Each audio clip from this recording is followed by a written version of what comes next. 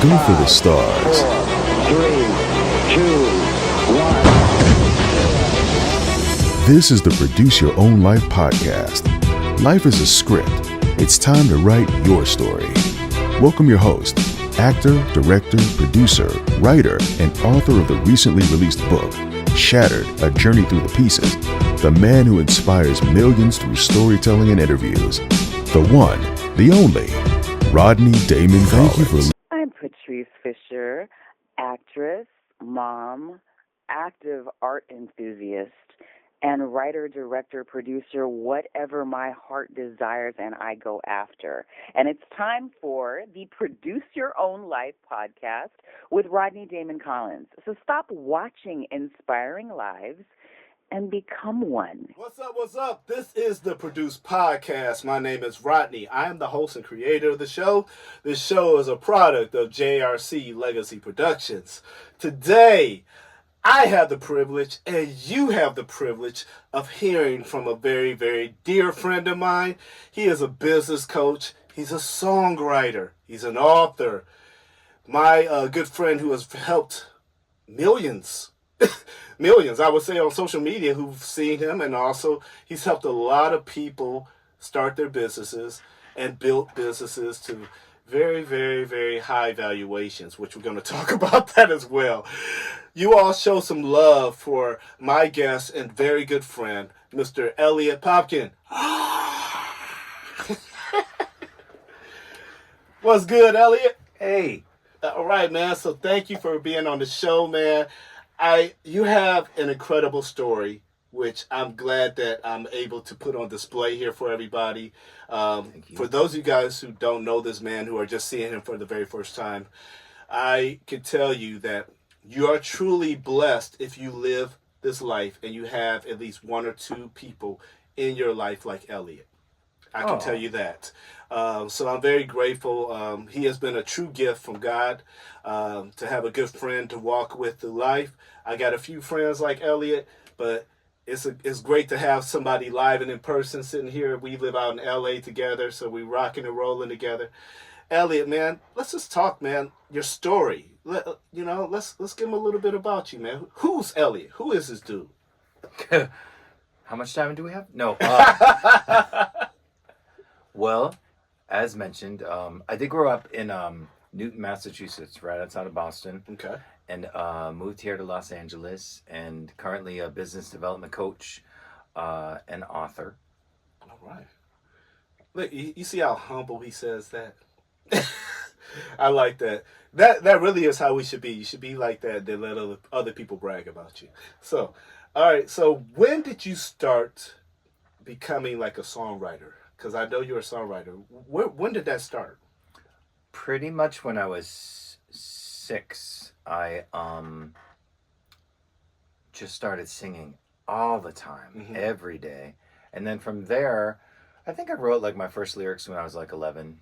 Really? Mm-hmm. Was it like, when I'm alone in a room, sometimes I stare at the wall, and in the back of my mind, I was like, what is that? And then, LL Cool J. Yeah, yep. I need love.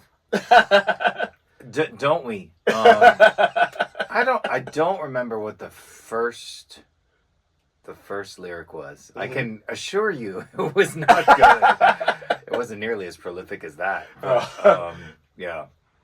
Well, throughout the years, though, you've had the opportunity to write some really cool songs. And I know, you do some work with our little big brother, Elijah. Yes. Big head out there. We appreciate him. And you guys have collabed on a couple songs together, right? Oh my gosh, probably like 40. Really? Yeah. We've written a lot together. You got one that's your favorite? I probably have a top 5. Okay, what's the top 5 then? Let's do a top 5.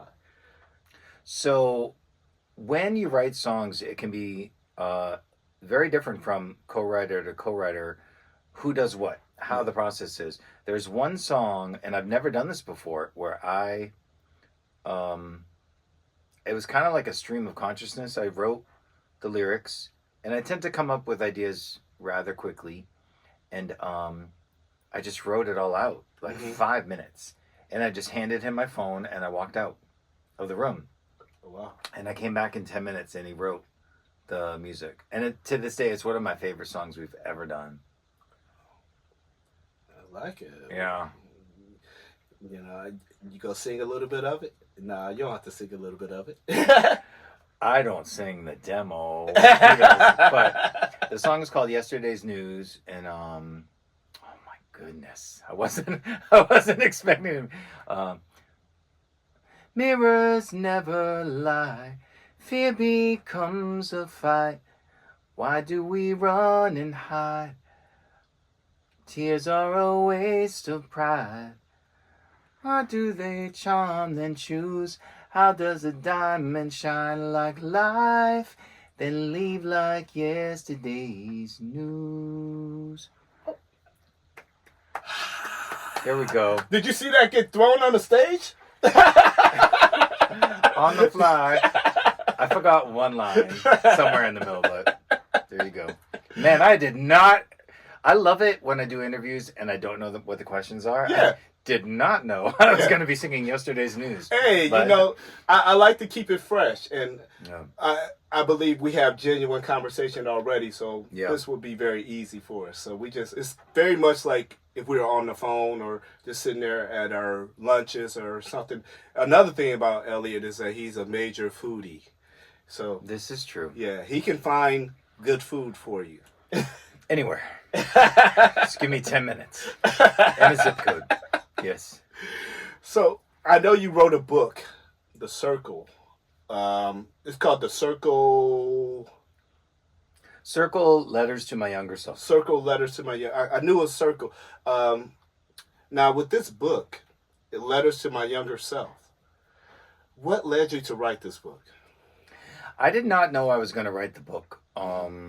I thought I was going to write a book about business development and sales. Oh. And at the time, I was really struggling.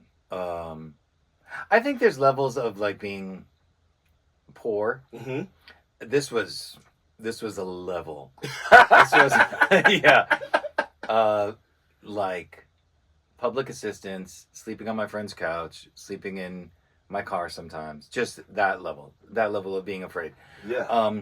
So I had never, up until that point, been honest about my journey and what I had been through. Yeah. And so I sat down to write that book. And instead, I started writing about my childhood. And then after what eventually was the first chapter, I wrote a letter to that version of myself, which was me at 4 years old, I think was chapter 1. And I said everything I would have wanted to hear at that time. And that felt really good to do. So then I kept going. So then I just wrote a lot about what happened to me when I was 6 years old. And then 8 years old and 11 years old. And then I kept writing the letters at the end. And then I wrote most of the book in 4 days. Really? Yeah. It took me 3 years to write my book. This man wrote a book in 4 days. I write fast. I do. Like once I get an idea, I just go with it. This is Chef Babette, and you're listening to the Produce Podcast. But to get back to what you were talking about earlier, you were talking about couch surfing, some other stuff that you had to endure. Right. You know, from the book, you were sharing the story from the book. Let's talk a little bit more about the book and the letters to yourself and, you know, really how it got you to where you're at right now. Yeah, I think once I started writing the book, I realized I was beginning the process of being honest about most things I had never talked about with anyone or shared. And so ultimately writing the book was the most healing thing I've ever done. Is the sound okay? Are you hearing it go in and out? Oh, okay. Are you hearing yourself go in and out? Yeah. Let's pause for a second. Everything good? There we go. Check. Oh, okay. Let's make sure. Yeah, this is plugged in. This came unplugged. Oh. But I can still hear very well. Okay. Okay. All right. Let's keep going. Rodney just biked 100 miles and now he's back. Yeah. Whew. Okay. So writing the book was the most healing thing I've ever done. I think once I wrote it, it was so personal. Mm-hmm. I did decide that felt great to finally be honest about. I will never, like, no one's going to read this. Right. It could be so potentially damaging. Sometimes when you're honest in life, if you are in an environment or surrounded by other people who don't desire to be, Mm-hmm. or they're just on a different path in life, your willingness to show up in an effort to take care of yourself and be authentic Yeah. and express yourself can make other people radically uncomfortable. Yes. So I wrote the book and I was like, okay, good for me. We'll just keep this. So I ended up making 5 copies of the book and I gave those to friends, and every one of them was like, you have to let the world hear this. You just this could really help people. Yeah. And then I tried, similar to experiences I had in the music industry, I sent it out to like 260 book publishers, agents, and it was like, if we can cue to tumbleweeds.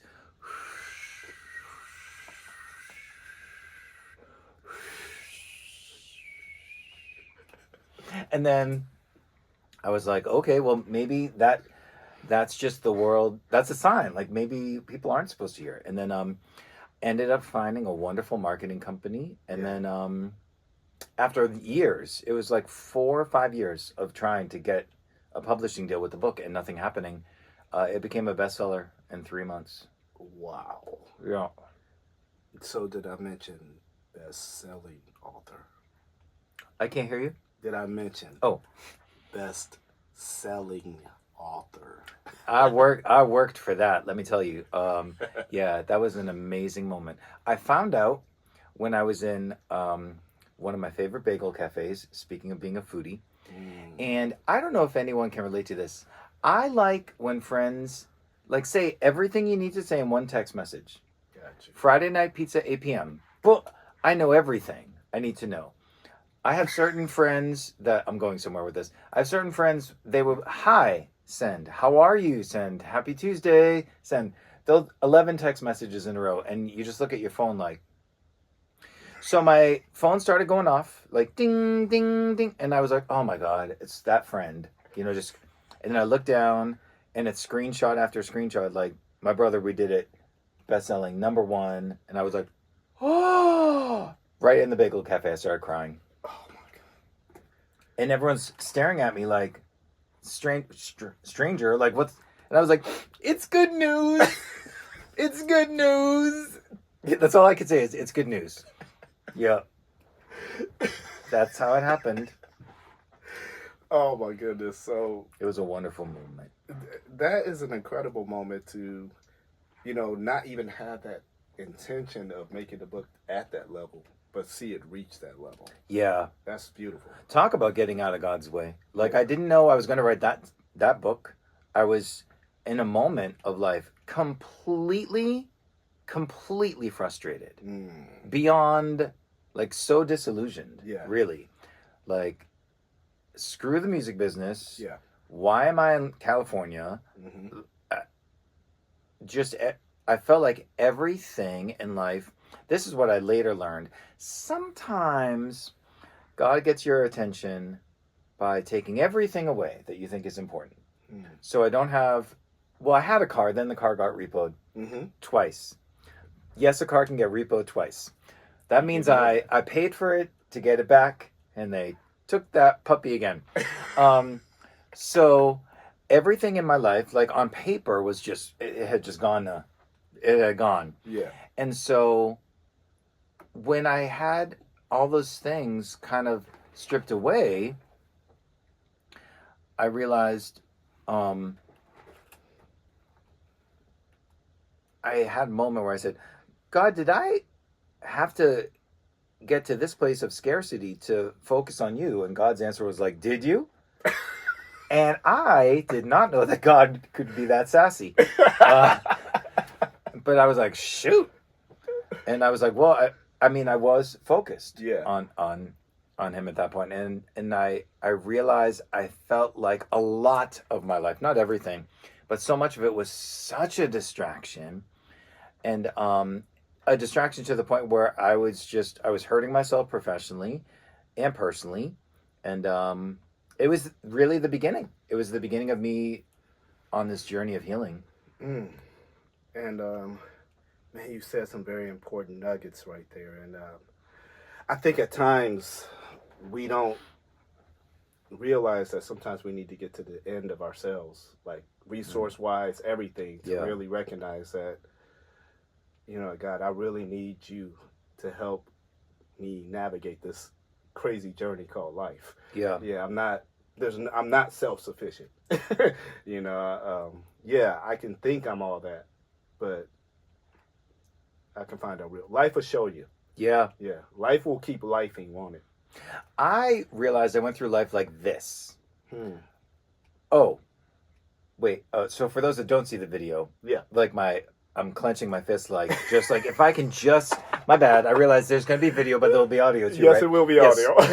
Thank you. Let me explain this. So just like doing whatever I can I just keep continuing at this level, not knowing there are levels way higher than this one. Yeah. If I just have the willingness to kind of like not go through life with my fists clenched, but like just with my palms open, like what would you have me do next? Wow. And that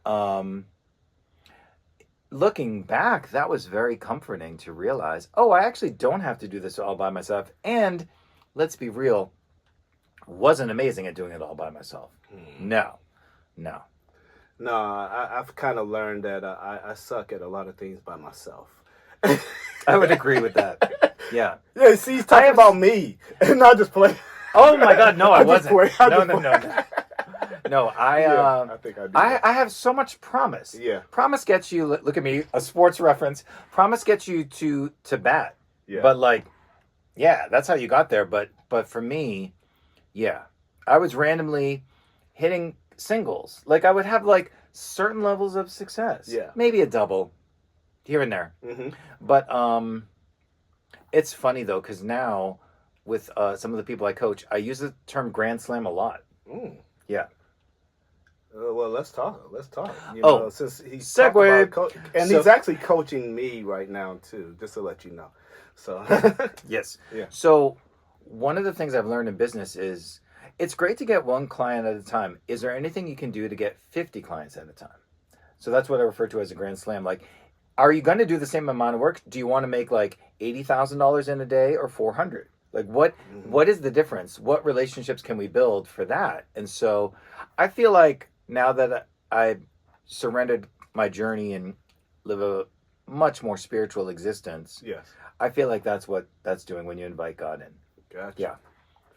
Yeah. I love that. So, you know, we're talking about, you know, God's, you know, importance in your life, and then business coaching and how you're helping people really establish that. Like, what made you decide to be a business coach? So, transparent. So one of the things I talk about in the book, my relationship with my dad was an addict and was physically abusive to me most of my childhood. My dad was also self-employed the entire time that I knew him. And so I would watch my father. He was a CPA accountant. He would save people like so much money and help his clients incredibly well. Yeah. And we were poverty level. Okay. So I thought, that doesn't make a whole lot of sense. Yeah. Clearly, super gifted at what he does. And of course, you know, being an addict and being abusive, there were multiple layers going on there. Yeah. But it just made me appreciate, is there a way? I feel like sometimes you can learn in life what to do by learning what not to do. And so that was a big takeaway I got from my relationship with my father. But I owned my first business when I was 19. Oh, wow. Yeah. What business was that? We painted people's homes. I would like to publicly apologize to anyone whose home we painted. I feel like this was my barometer. So we were, I owned a franchise, and there was like 50 of us that owned franchises. Some people made a boatload of money. Mm-hmm. Whoa, that was inspiring. I was not one of those. I just broke even, which I realized first business, that's actually a pretty good goal. Yeah. One guy, his painters, I don't know how common this is so this doesn't apply to like aluminum siding. Here I am talking about house painting, but if the paint on your house is really old and you try to scrape it off and it won't come off, the only option, because if you don't scrape it off a good amount, it's going to look pretty junky when you paint over it. Yeah. The only option at that point is to burn it off. Burn so it? you have you buy this or rent this thing that looks like man, what's it look like? Almost it looks like those vacuums, the automatic vacuums. Yeah. So it's a circle and like you just like a big blade and you hold it and it heats up and it burns the paint off. Oh wow. So long as you don't walk away from it. So this one guy, his painters burnt someone's fence down. So I was like, well, I didn't burn anyone's house down and I didn't make a lot of money. But that was my first business. Man, I don't want to get too caught up on the paint stuff, but I remember trying to paint over wood, and I would try to sand that stuff. I didn't know that you needed to burn it. I would try to sand the unevenness. Oh, no. That's a great idea. Oh, that can it work. worked? Sanding it can never work. really worked for me, man. I didn't sand it properly enough. But. Sanding can work if it's not too far gone. Well, mine obviously was too far gone when I was trying to paint. Did it look good when you painted over it? Somewhat. And that describes my success with owning a house painting company. Somewhat. Business number one, though. That was business number one. Which is very impressive at 19. Yeah. Most 19-year-olds are not thinking about having a business. So, yeah. Most 19-year-olds are just doing stupid stuff. I was going to say, what are they thinking about? Thinking about, I'm young. I'm going to live forever, so I'm going to be dumb. I'm going to just do whatever. Like, you were doing something that was actually preparing you for a life of changing other people's lives. You didn't know it was that significant. No. But what you were doing, you were focused on like, hey, I saw my dad. Even, your dad was self-employed. Yes. So you got the seed of your dad being a business owner. Yes, absolutely. Got that from him. You got that put in you to do that. To me, that's like an incredible blessing that your father understood that. We all have shortcomings, and we talk. I know you share some stuff about your dad, but that was one great thing that came from your father. Oh, without a doubt. Yeah. And my dad had his first heart attack right around New Year's Eve. I left the intensive care unit visiting my dad. Yeah. And the clock struck midnight. And then the next day, I was at the interview to own that franchise. Wow. And they were like, you're a few minutes late. Do you understand the importance of showing up to an interview? And I was like, yeah, I just left my dad in the hospital and I just lost track of time. And they said, what?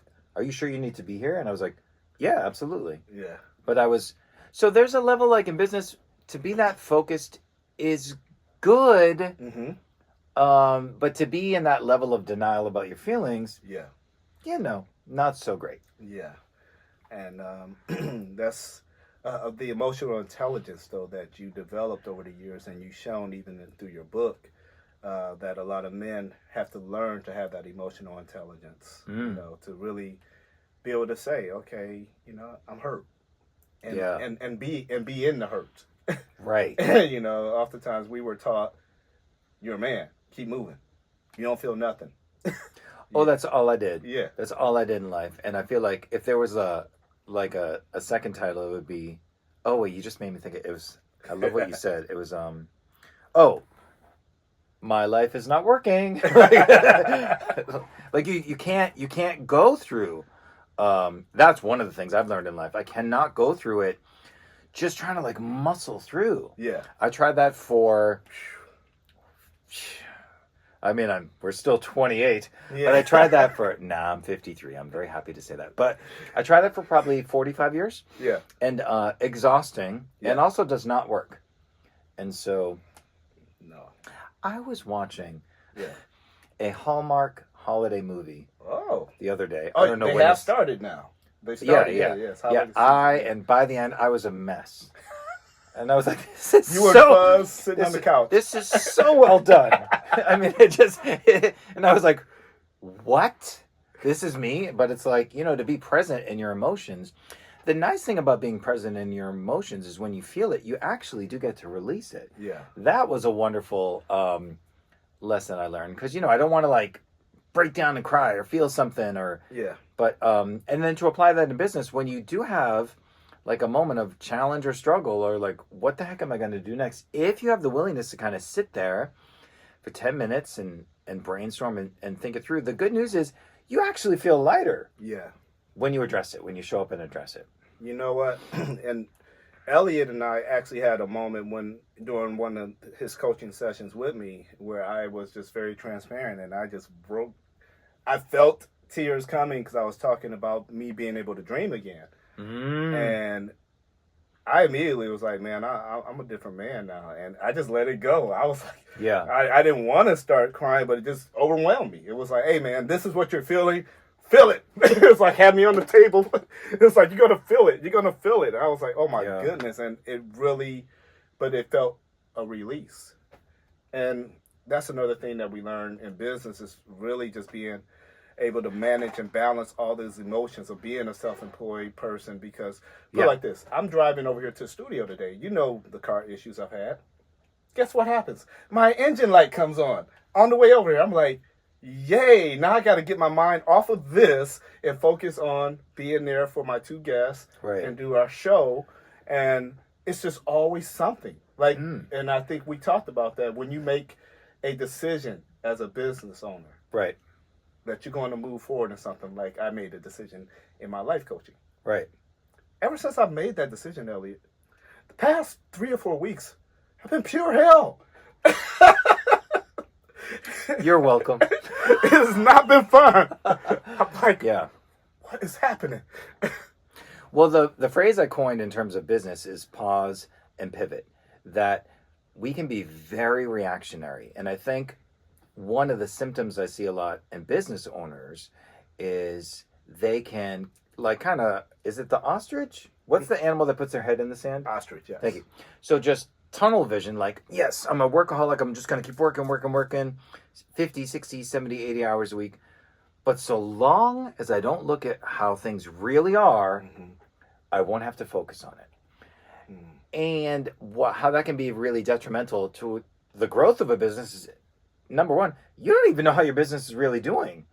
You could be doing way better if you actually looked at the numbers and took a step back, had a 1-hour meeting with your accountant, just to get clarity. So I think I see a lot of people unwilling to kind of take a step back, breathe, work through whatever emotions we're having, and then have a much more clear vision about, okay, what do I need to do today?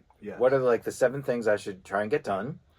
And then the more often business owners can do that, and especially being in Hollywood, I think it's really helpful that every day to just reset. And whatever health, spiritual practices need to be a part of that, I think I've learned how key that is. Okay. Yeah. So are there maybe a top 5 principles that you coach, when you coach people, that you really want them to kind of indoctrinate or make a part of their daily practices with a business? Is there something like that you would tell somebody? There's 483, but here's the top 5. Goodness. No, I'm kidding. You set me up. I was like, I have to tell a joke. But, Perfect. no, I typically focus on 15 things, but of those, focus is huge. Okay. I think whatever you focus on expands. So if you are, I think of the business owner, if you think of a pyramid, they're at the top. They're the CEO and the visionary.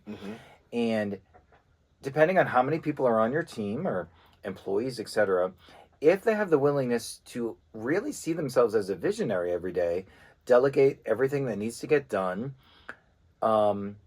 make sure everyone's well trained and inspired to do a great job, and the communication's high, so everyone's following up, and the CEO's having those discussions. That's how a business can operate successfully, like a really smooth conveyor belt. If all of those things are in place. If that's not in place and they don't have financial clarity, one of the things that is so concerning to me is when business owners continue to make decisions without having financial clarity. Why are you spending $800 on that? Do you have $800 right now? Like you can say, oh yeah, we brought in $8,000 last week. Great. Is there any profit? Well, are you? No, for real. These are discussions I have every day with people. And it's so like when there's a lack of financial clarity, but they're continuing to make decisions, it is like that ostrich. Like, why is your head down without having the willingness to 20 minutes to 1 hour every week look at your numbers? Let it be a healthy barometer, because that's exactly what it can be. The other thing, I think I've probably mentioned more than 5, but the other thing that I do see a lot is when a business is large enough that it's not just a person running it by themselves, they have employees and teams and divisions, etc. When a business owner does not very successfully and intently train their employees to give them every incentive to do a great job when you're not around, and then they don't do a great job, and then you don't follow up and retrain and do all that stuff, like the business, it's almost like it gets a virus, and then that's going to grow and grow and fester, and then there you are like a year and a half later with that same employee. You're paying them the same amount of money they've earned the whole time.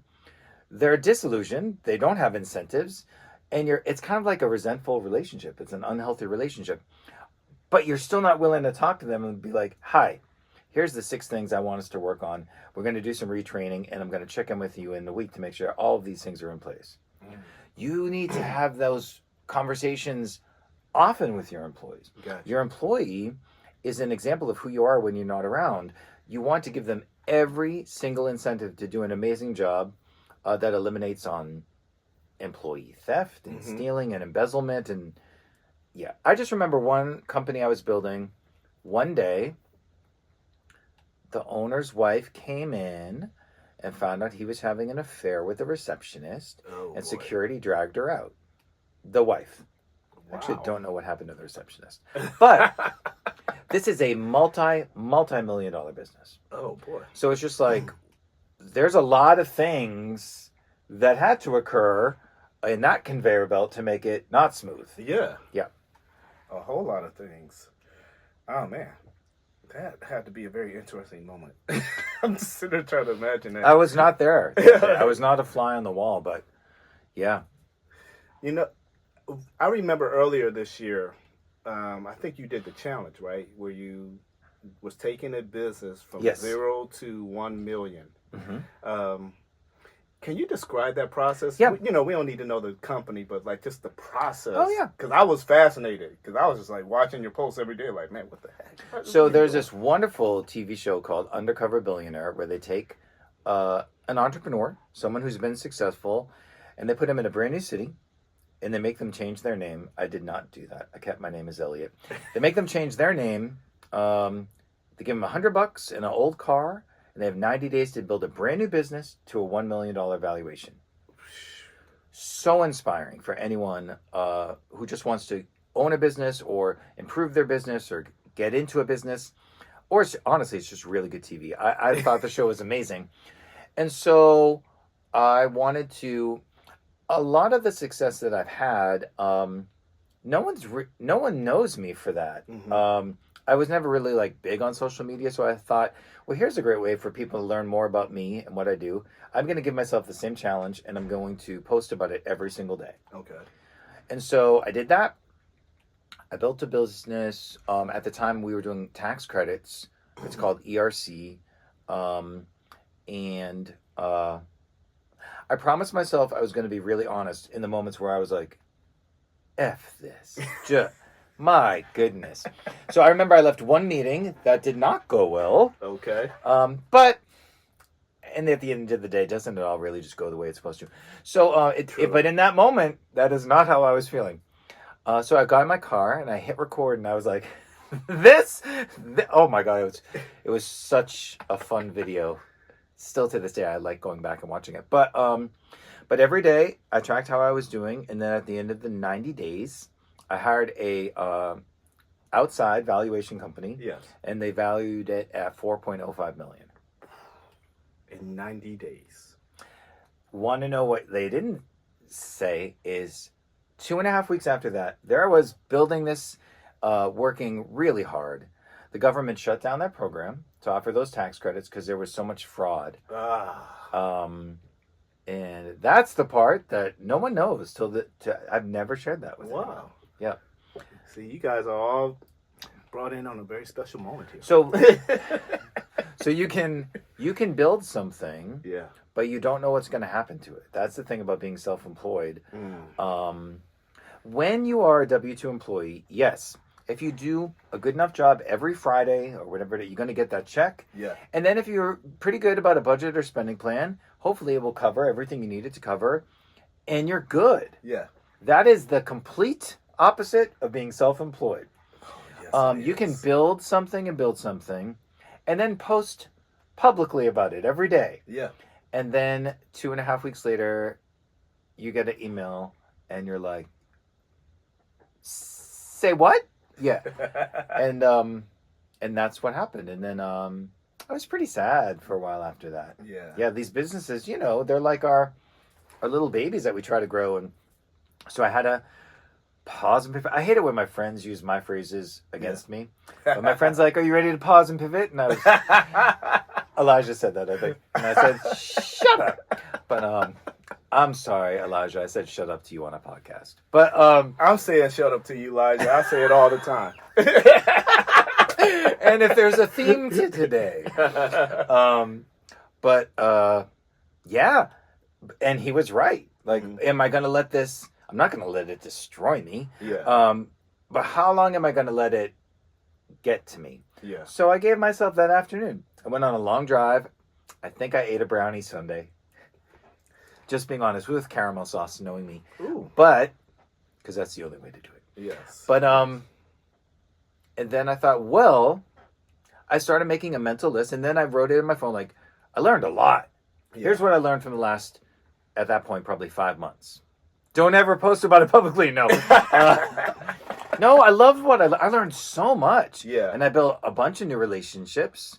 And then one of my current business partners watched that whole, I was going to say episode, watched that whole season.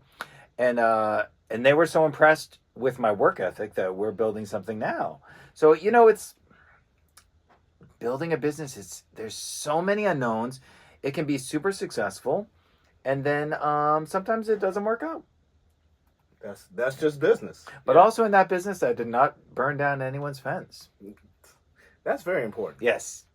So protect the fences. Oh yeah, protect the fences. That's a good theme with businesses. Yep. Don't burn down anyone's home and protect the fences. Wait, isn't there an old saying about fence and yard? Like the grass is always greener. Oh, grass always greener. And don't burn down the fence in between. And don't burn the yard either. Well, that's what I was thinking of. Don't burn any bridges. I came away from that tired. Yeah. Like I did invest a lot of time. Right. In terms of my schedule, that is something I do differently today. Mm-hmm. That I don't invest that much of my daily time towards something that I'm not getting a pretty immediate financial reward. Yes. That specific business, tax credits, we didn't get paid on any of it. I actually still to this day have not gotten paid on those. Yeah. But there was this turnaround time of 6 months, which I knew at the time going up front. That's a pretty large turnaround time. Yeah. Especially to involve any other business owners or investors or et cetera. Right. So, yeah. I mean, I might do things a little differently next time. Yeah. Yeah. Maybe a little bit different. Yeah. Little. But you said some very important things, though, with even just experiencing the disappointment with the business. You took time. Yes. to time to just be in the moment of how you felt. Yeah. The more I live, the longer I live, I guess. And as far as being self-employed, actor and everything, I'm learning that it's so important just to be present with your feeling. Whatever you feel, Yes. just feel it. Don't try to suppress it. If I'm frustrated one day, just be frustrated. I just need to go hit a heavy bag all day or something. Yeah. I need to do things. I don't deny anything anymore. And I've learned to celebrate small victories. Like even when we meet, if I'm looking at the checklist of things, I was like, okay, I didn't do that. Oh, but I did do that. So I celebrate the small victories now, and not. I don't look at anything as, oh, that didn't matter. Everything I do matters now. So that's a really powerful life lesson that I'm enjoying now too. Mm-hmm. The idea of perspective, that like I could easily look at all the moments I've failed in life and in business, and there's plenty. Me too. There's so many. Whoa. But today I was like, okay. Yeah. But then I've also had a few grand slams. Yeah. Thankfully more than one. And it's like, what am I going to focus on? Who even knows how many failures? 37? I don't know. Or like the 4 or 5 that I was like, dang, Yeah. I did well with that. So that's a pretty good track record. I don't think God keeps score. No. I used to keep score way too much. Yeah. And then it's like, okay, dust yourself off. The first solo I ever sang in front of a live studio audience. Live audience. This is The Price is Right. Right. No, it was my high school Yeah. senior musical. I sang this Nat King Cole song, Dust Yourself Off, Pick Yourself Up, and Start All Over Again. Ah. Yeah. See? I think it's so important that we do that, though, that we celebrate all these moments of life. Yeah. And that's, to me, that empowers me. When I'm able to sit back and say, I've accomplished this. Or like Michael Jordan, there's a saying about Michael Jordan, I think he missed like Yes. 3,000 something many shots in his life, and had so many, game winners. But if you look at the number of game winners he actually had compared to the number of shots he actually missed, if he focused on all those missed shots, he would be a emotional wreck. Yes. I remember I saw a meme that describes that from him. And it's like, I don't think we're put here to bring ourselves down. We shouldn't be a barometer of negativity for ourselves. It should actually be the opposite. I will say humbly, that's absolutely something I had to learn the hard way. Yes. And to put it into practice on a daily basis. I think I'm good about that today. Yeah. But it's something I have to practice every single day. And you know what? Another thing I can add to it is what I've learned is I think it's important that you surround yourself with like-minded business people. Yes. Whatever you do, if you're independent entrepreneur, you need to surround yourself with entrepreneurs. Not to say you don't have any friends who work traditional jobs, but you need a community so you don't feel alone when those times come, because they come. And that would be something I'm pretty sure you coach people on. And I'm just grateful that you pulled me in and you're like, coaching me. Forced. Yeah, forced me. Yeah. Dragged. Like that. You're going to do this. You hear me? Yeah, because I really, at one point, I'm like, being a life coach, I'm just like, does anybody want to hear from me? And you helped me believe, like, yeah, somebody wants to hear from you, and you have to, you have to believe that yourself, and the value that you bring, right? I think a lot of business owners, thinking about the numbers, they focus on like, I don't think there's 80,000 people out there that would be a good fit for my business. Okay, let's find 5. Like, first of all, that is highly intimidating to most humans. But can we find 5? Yeah. I think we can find 5. Like, in this moment, I am thinking about starting 2 new businesses.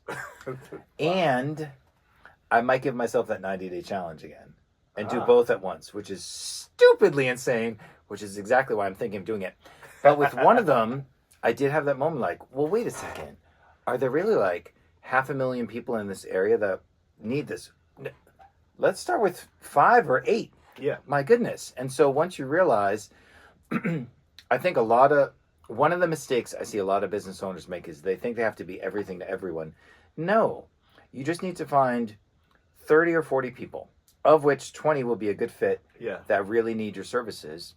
And you don't need to find 20 of them in the next week. No. Maybe as a goal in the next 6 months. And once you break it down to that, that's less than one a week. Like, it's really way more manageable to think of it in terms of that. I think business owners, they minimize what their gifts are. Yes. They overcomplicate things. And then they think they need to go from zero to hero. I didn't want people to have that as a takeaway. Yeah. Like, I would say, this ain't my first rodeo. Like, I've done this quite a few times. Like, I'm not saying anyone needs to try and build a business to a $1 million valuation in 90 days. I just wanted to show people what was possible. Yes. If they build it and they get 3 new customers in 90 days, that's amazing. That's amazing. Yeah. But I did it because I wanted people to realize, like, every time something bad or challenging happened, I'd be like, I want to throw my phone, which I'm not like a violent person, but eat something unhealthy. That's something I would do. Yeah. And I'm not going to quit, but in the moment I'm like, I'm quitting. I quit. Yeah. You can quit for 10 minutes. Yeah. That's like, no. And like get into like, F this company. I hate my logo. Like, if that ever comes up for people. And then 10, 15 minutes later, like, talk to yourself. Hi, how are you doing? Let's just breathe. I think I do a version. I'll like meditate with myself. Like, can we talk about this now? It's like, no, slow down. No. Oh, okay. Keep driving and eat French fries, whatever you need to do. And then, but if you can come back to it in a few minutes later after having an authentic emotional expression. Yeah. I think, I hope people take away from that growing a business is not impossible, and it's not insane. It's just a matter of, there is a repetition, like there's a flow, there's a dance that happens. Like, can you just keep having the willingness to show up? Sometimes in moments you don't want to. Yeah. And then be really willing, and I think this is something I shared with you once, like, be really open to where the breakthrough and the abundance is going to come from. If you told me my book was going to become a bestseller without having a publisher, what? Yeah. That's insane. When does that happen? Like, how's that possible? Yeah. I never thought that was possible, to the point where I was so disillusioned after getting, like, rejection's hard. Being rejected a few hundred times, that's like, Yeah. my hat goes off to anyone that stays in the ring after that happens. But the vision is sometimes way bigger than we think it is. And if we can get out of our own way, in those moments, that's when something super magical can happen. Man, you know, when we were meeting a couple weeks ago or last week, or I think when we broke it down, like, numbers-wise, you was like, 5 clients will replace all this other stuff that you need to do. Yeah. I was like, I was like, 5? It's like 5 clients? It just really, it blew me away, because at one point I'm like, oh man, what do I need? At least, 50, 60 people?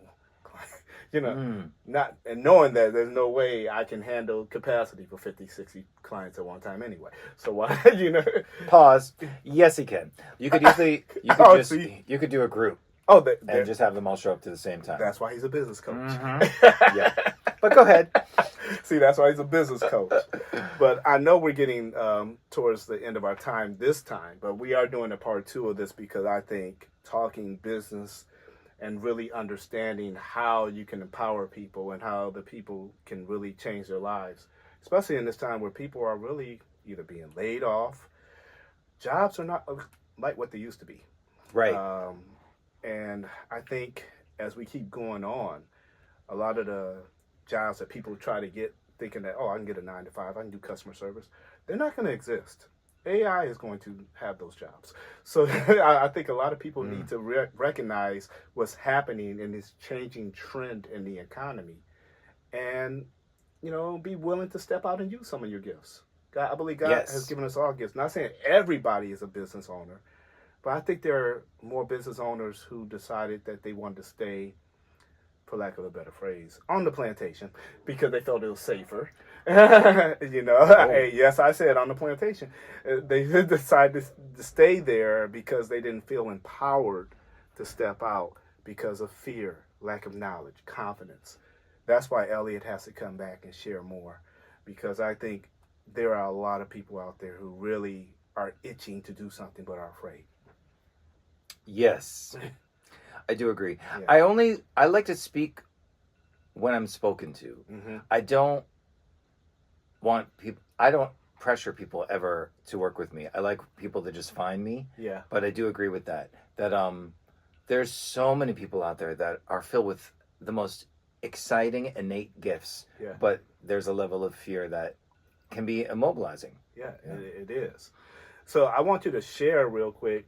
You just said that you don't go like push yourself, but you want to be found. Until now, no. So how can they find you? Sure. Eliot? So it's just my name on all social media, Eliot Popkin. Eliot is one of everything. Yes, I've had to say that my whole life. Eliot. That's how my parents spelled it. And my last name is even more confusing. It's Popkin, Popkin. There's no S at the end. We're not related to Mary Poppins. It's just Eliot Popkin. I remember growing up, being 5 years old, and I heard my dad just yelling at people on the phone about how to spell our name. And I was like, I'm going to have to go through this crap my whole life. Yes. Yes, I have. Yes. So that's my name. And then the website's just my name, EliotPopkin.com. Man, Happy to help whomever needs the help. Eliot, as your friend, I want to say thank you. Because I know you're very busy. And you took out some time in your schedule to come across town in L.A., which, whew, that's why I got to get him out of here, too, so he can get back on the other side of town, close to the beach where he lives. He lives by the beach, you guys. He looks out and sees the Pacific Ocean.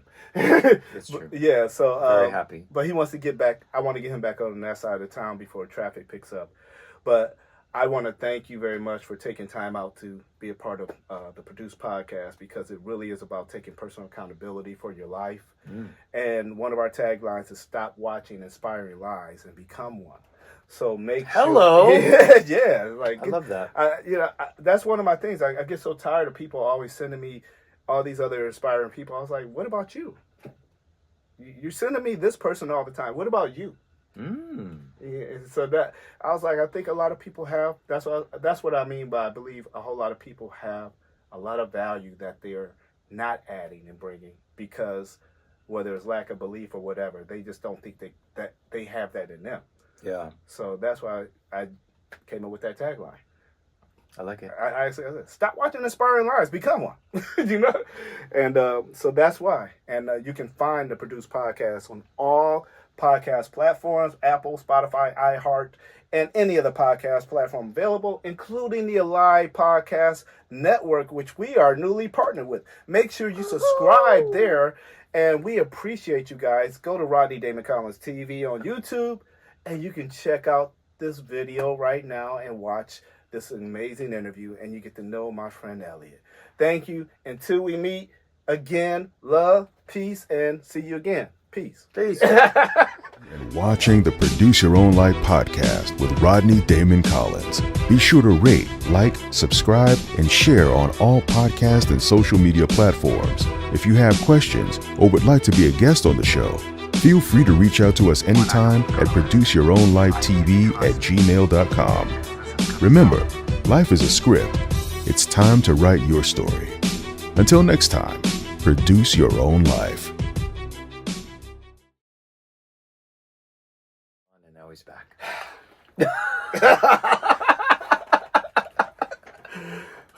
That was funny. Nice commercial break.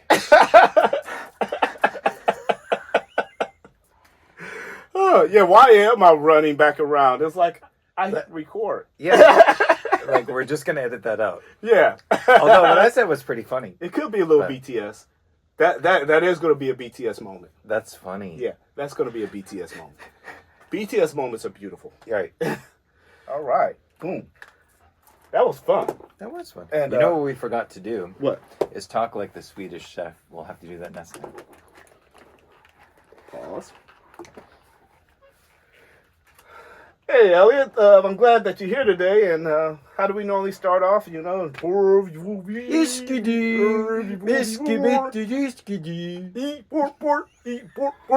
pork. For those of you guys who don't know the Muppets when you were little, you have missed an incredible moment of life. Missed. That chef, I love that chef. When Yeah. he would, but anytime I heard that music and heard his voice, You I knew. was tuned in. Yeah. Something great was about to happen. Yeah, like right now. See, that's all we had to do. That's right. Iskidoo. I love that dude. He's like, hey, what do we have? This is Chef Babette, and you're listening to the Produce Podcast.